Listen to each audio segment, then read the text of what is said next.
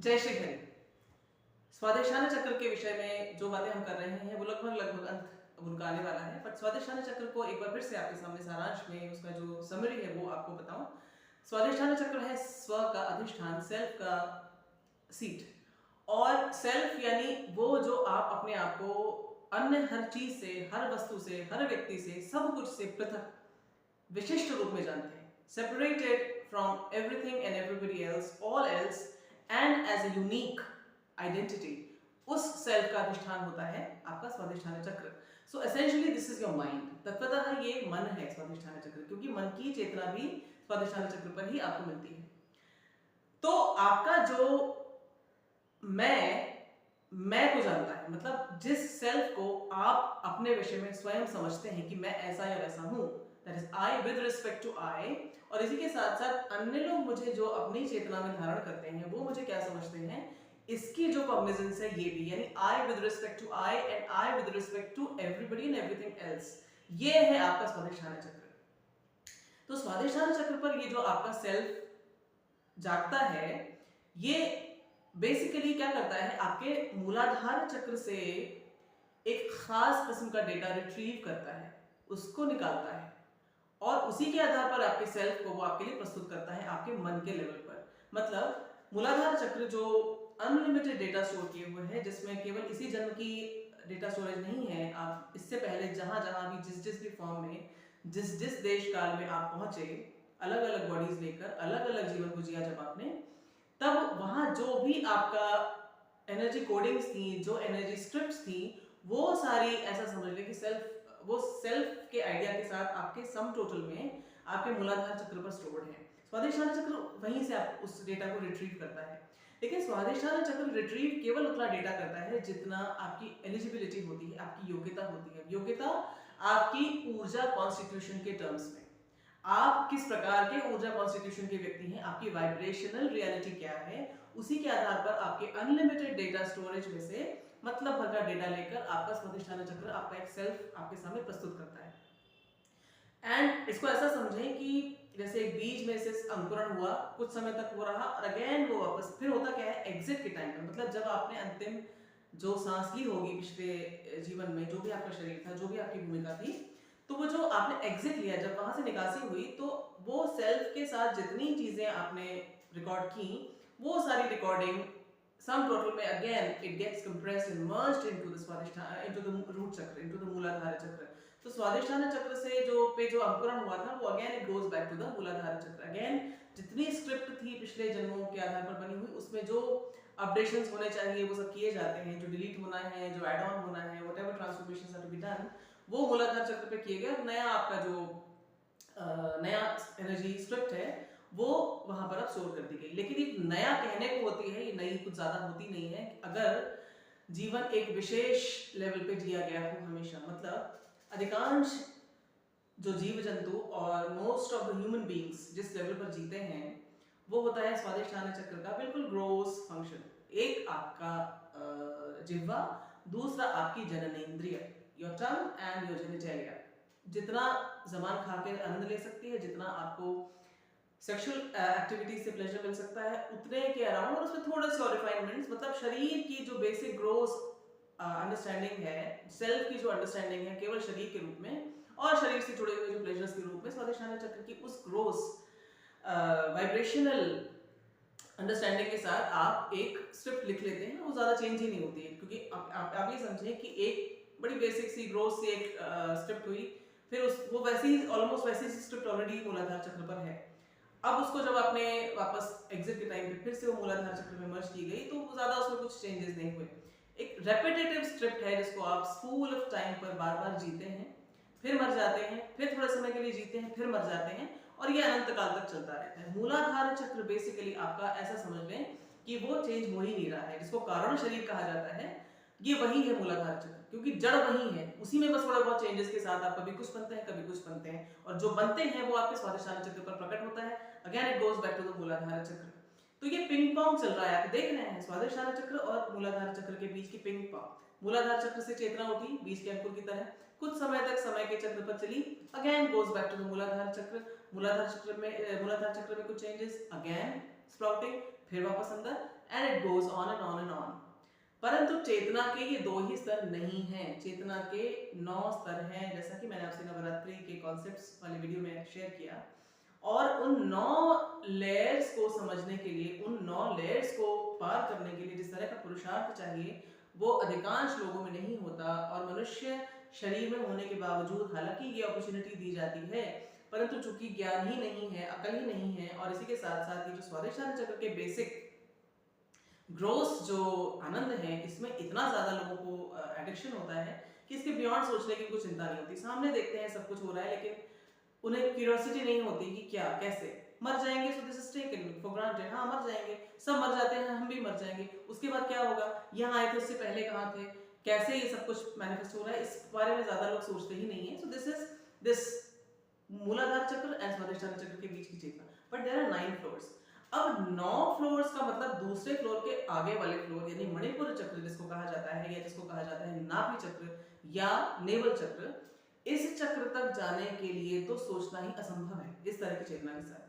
लेकिन जब ये प्रॉम्प्टिंग यदि आती है इस तरह की चेतना में सोए हुए लोगों को, तो ये अधिकांशतः पेन के रूप में, पीड़ा के रूप में, सफरिंग के रूप में दी जाती है। ये पेन या तो एक जबरदस्त स्ट्रोक हो सकता है या repetitive strokes of pain, suffering, बार बार पेन दिया जाएगा, बार बार एक जैसे एक्सपीरियंसेस दिए जाएंगे। व्यक्ति को कुछ ढूंढेगा, वो पाएगा हाँ फिर से वही दुख वाला एक्सपीरियंस, फिर वो कुछ ढूंढेगा, फिर वही दुख वाला एक्सपीरियंस। तो अल्टीमेटली एक डिस्टेस्ट उसको क्रिएट होता है उस सफरिंग के बाद। वो सोचता है नहीं मुझे अब ये नहीं चाहिए, मुझे कुछ और चाहिए। तो कुछ और मीन्स इस लेयर के ऊपर का कुछ चाहिए। उस और का मतलब ही ये हुआ कि अब इस लेवल पर उसको संतुष्टि नहीं है। So pain comes as a prompt. हम बात चूंकि श्रीमद् भगवद गीता के पहले अध्याय में अर्जुन जी के इलस्ट्रेशन के आधार पर कर रहे हैं। अर्जुन जी को आप ये याद रखें कि वो इस basic gross ping pong consciousness वाले व्यक्ति नहीं है। मूलाधार चक्र, स्वादिष्टान चक्र, स्वादिष्टान चक्र, मूलाधार चक्र, ये जो उदरशिष्ट पद्धति जिसको कहा जाता है, ये इसमें बंधे हुए व्यक्ति नहीं है। ये बहुत ऊंची ऊर्जा संगठन के व्यक्ति हैं, वेरी हाई एनर्जी कॉन्स्टिट्यूशन। इनका मणिपुर चक्र और उसके ऊपर के चक्रों में इनकी चेतना विकसित है। Yet pain is given to him. और पेन इसलिए दिया जाता है कि ये उठे। बट पेन कैसे दिया जाता है ये आप थोड़ा बाद में देखिएगा। पहले आप ये देखिए कि इनकी कॉन्स्टिट्यूशन कैसे हाई है। ये आपको logically, before we proceed to the Manipura chakra, थोड़ा सा इंट्रोडक्शन में आपको दूं। पहली चीज आप ये देखें, अर्जुन जी धर्म की बड़ी चिंता करते हैं। ही अंडरस्टैंड्स एंड फॉलोज धर्म। जो धर्म है बस वही करना है। इन्हें चिंता भी केवल धर्म की होती है। फिर अंतरात्मा की आवाज इनके लिए बहुत, यही एकमात्र इनका जो गाइड है वो है। जैसा कि मैंने आपसे नवरात्रि की वीडियो में शेयर किया था कि अंतरात्मा की जो पुकार है, अंतरात्मा का जो प्रकाश है, जो आपको बताता है कॉन्शियस जिसको कहा जाता है, ये एक ऐसा समझिए जैसे एक आवाज आती है, ये करो ये ना करो, और एक प्रकाश दिखता है कि इस रास्ते पर जाओ, इस रास्ते पर मत जाओ। So that is the Chandraghanta feature of the divine creator. इसको अर्जुन जी होल्ड करते हैं, लगातार कॉन्शियस की आवाज पर चलते हैं। तीसरा, अपने एक्शंस को ये लगातार जज करते हैं, हर समय जज करते हैं, और जज करते हैं इस तरह से कि कितनी ही बड़ी सिचुएशन आ जाए उनका जजमेंट बंद नहीं होता।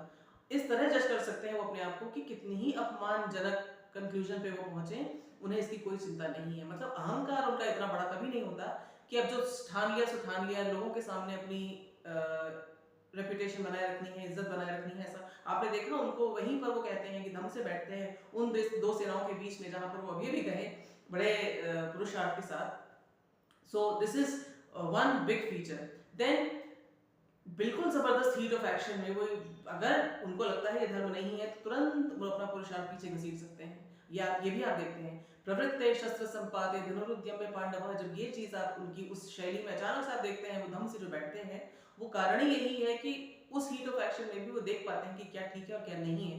यदि धर्म नहीं है तो फिर ये एक्शन मुझसे नहीं होगा। फिर इनके मन में कोई किसी के प्रति कोई प्रतिशोध का भाव, किसी के प्रति कोई क्रोध का, शत्रुता का भाव आप देखते हैं नहीं है, बल्कि एक अंडरस्टैंडिंग है इनके मन में। यहाँ भी जब आए हैं तो कोई गुस्से से भरकर या प्रतिशोध से भरकर नहीं आए हैं। ये जानते हैं कि जो सामने खड़े हैं ये दुर्बुद्धि लोग हैं। ये जो बोलते हैं ना कि धार्तराष्ट्रस्य दुर्बुद्धि युद्धे प्रीचिकीर्षवः, तो ये जानते हैं कि दुर्बुद्धि है। इसके अलावा वो आपको याद होगा वो कहते हैं जब यद्यप्येते न पश्यन्ति लोभोपहत चेतसः, ये नहीं देखते लोभ उपहत चेतसः।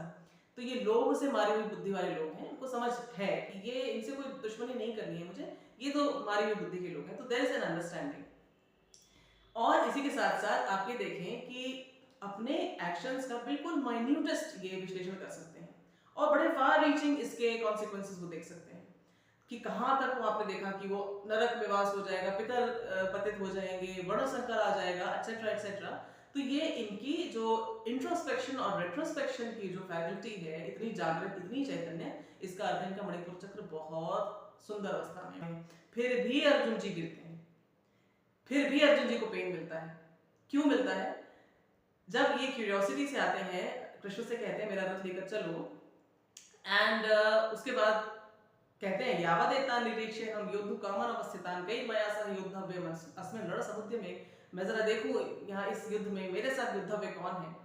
जब इस क्यूरियोसिटी को वो कल्मिनेट होता देखते हैं, तत्रापश्यत् सितान पार्थः पितॄनत पितामहान् आचार्यान् मातुलान् भ्रातॄन् पुत्रान् पौत्रान् सखींस्तथा श्वशुरान् सुहृदश्चैव सेनयोरुभयोरपि। तब जब ये देखते हैं ना, ये तो सब के सब मेरे अपने, सब अपने, मेरे पितामह, मेरे पिता, मेरे पुत्र, मेरे पौत्र, मेरे मित्र, एटसेट्रा एटसेट्रा एटसेट्रा, ये सारे लोग हैं यहाँ पर। उसी मोमेंट समथिंग हैपेंस। होता क्या है, इनका जो आइडिया ऑफ सेल्फ है बहुत बड़ा है, अर्जुन जी का आइडिया ऑफ सेल्फ बहुत बड़ा है, और इनका आइडिया ऑफ सेल्फ जितना बड़ा है उतना ही ऊंचा भी है।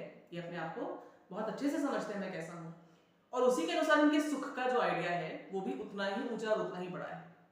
But this moment of harsh realization, very painful realization, कि ये जो मैं करने चला था ये सब basically this is all a deception। मैं जो अपने आप को मानता था that is all a deception। मैं अपने आप को धोखा दे रहा था, मैं वो हूँ ही नहीं जो मैं सोच रहा था। ये इनको जब रियलिटी चेक जैसा होता है तब जाकर इनको वो पेन क्रिएट होता है। ये देखते हैं कि अच्छा, तो ये जो गांडीव लेकर ये अर्जुन जो चला था बड़ा अपने आप को पुरुषार्थी बनाकर, बड़ा धर्म योद्धा बनाकर, तो इसका ये गांडीव, ये इसके पितामहों, पिताओं, पुत्रों, पौत्रों, मित्रों, ससुरों, आचार्यों, मामाओं, सबके विध्वंस, इनके डेवस्टेशन, इनके डिस्ट्रक्शन के प्रोजेक्ट का सामान बनने चला था। ये है इसका इंस्ट्रूमेंट। और इसी के साथ साथ इनको ये लगता है कि ये जो प्रोजेक्ट में लेकर चला था, इसके अंत में मिलना क्या था? केवल अशुभ, केवल वो जो श्रेय नहीं है। इनको ये लगता है कि जैसे मैं सुख कह रहा था, ये तो सुख ही नहीं था। मैं ये सोच रहा था कि इस प्रोजेक्ट के द्वारा अपनों को सुख दूंगा, क्योंकि इनका सेल्फ बहुत बड़ा है, ये सबके लिए सुख ढूंढ रहे थे, अपने लिए कुछ नहीं ढूंढ रहे थे। तो सबको सुख दूंगा, लेकिन ये तो इन्हें सुख चाहिए ही नहीं, इस सुख को ये सुख मानते ही नहीं है, तभी तो ये यहाँ खड़े हो गए हैं। येषाम् अर्थे कांक्षितं नो राज्यं भोगः सुखानि च ते इमे अवस्थिताः युद्धे प्राणान् त्यक्त्वा धनानि च। जिनके लिए सोचा था कि मैं सब कुछ लेकर आऊंगा, सब ये राज्य भोग सुख, ये तो यहाँ प्राण ही त्याग कर खड़े हो गए। तो दिस सुख इज आल्सो डिसेप्शन। आकांक्षा जो मेरी थी, ये इसका रिजल्ट है पाप, इसका रिजल्ट है अशुभ। और इसी के साथ साथ इनको साफ साफ दिखाई देता है कि ये जो अर्जुन जो है ये बहुत नीच व्यक्ति है। जो सेल्फ एस्टीम और सेल्फ आइडेंटिफिकेशन अब इनका है वो ये है कि बहुत ही नीच व्यक्ति है, बहुत कुत्सित व्यक्ति है, ये बड़ा महापापी व्यक्ति है। और इतने ऊंचे महान वंश, कुरु वंश में जन्म लेकर इस कुल को न केवल कलंकित, बल्कि इसके पूर्वजों को, इसकी स्त्रियों को, इसके धर्म को, इसके आने वाली संतति को जो विध्वंस के, विनाश के रास्ते पर पहुंचाने वाला ये पतित सदस्य है इस वंश का, इसका तो क्षेम अब यही है कि इसको अब सबसे अधिक घिनौनी मृत्यु दे दी जाए। क्योंकि ये अपने आप को रीड करते हैं सबसे नीचे से भी नीचा, घिनौने से भी घिनौना, छोटे से भी छोटा, smaller than the smallest, filthier than the filthiest, अहो बद महत् पापम कर्तुम व्यवसिता वयम्। इसके बाद ये आता है कि अब ये रिडेम्पशन जो लॉस हुआ है इस अर्जुन के इस wrong judgement of the self के कारण, अर्जुन क्या अपने आप को समझता था और ये वास्तव में क्या है, इसके कारण जो ये हर प्रकार का कलंक इस परिवार पर जो ये लगाएगा अर्जुन, इसका तो एक ही तरीका है कि इसको यदि माम प्रतीकारम शस्त्रम शस्त्र पाणयः धार्तराष्ट्राः रणे हन्युः तत् मे क्षेमतरं भवेत्। ये जो लॉस हुआ है मेरे कारण, ये इसका रिडेम्पशन ही तब होगा जब इस अर्जुन को बिना किसी प्रतिकार के, बिना किसी शस्त्र को हाथ में लिए ये धार्तराष्ट्र मार दे। दैट काइंड ऑफ लज्जाजनक मृत्यु, वो एक भयंकर अपमानजनक मृत्यु इस अर्जुन को जब मिलेगी ना, तब ही रिडेम्पशन होगा। सो द मणिपुर चक्र की, चूंकि हम आगे बात करने वाले हैं, इतने हाई कॉन्स्टिट्यूशन वाले व्यक्ति का ये जो फॉल आता है इस पेन के द्वारा आता है। सेल्फ की अंडरस्टैंडिंग में वो देखते हैं मैं तो अच्छा नहीं हूं, मैं अच्छा तो क्या, मैं तो महानीच हूं, महत पापम, महापापी हूं मैं। इस अंडरस्टैंडिंग ऑफ द सेल्फ के कारण फिर जो गिल्ट जिसको आप कहते हैं, शेम जिसको आप कहते हैं, अपराध बोध और लज्जा का जो भाव है ना, ये इनके मणिपुर चक्र को करता है खराब। अब मणिपुर चक्र ऐसा आप समझ लें कि ये चेतना का ट्रांसफॉर्मर है।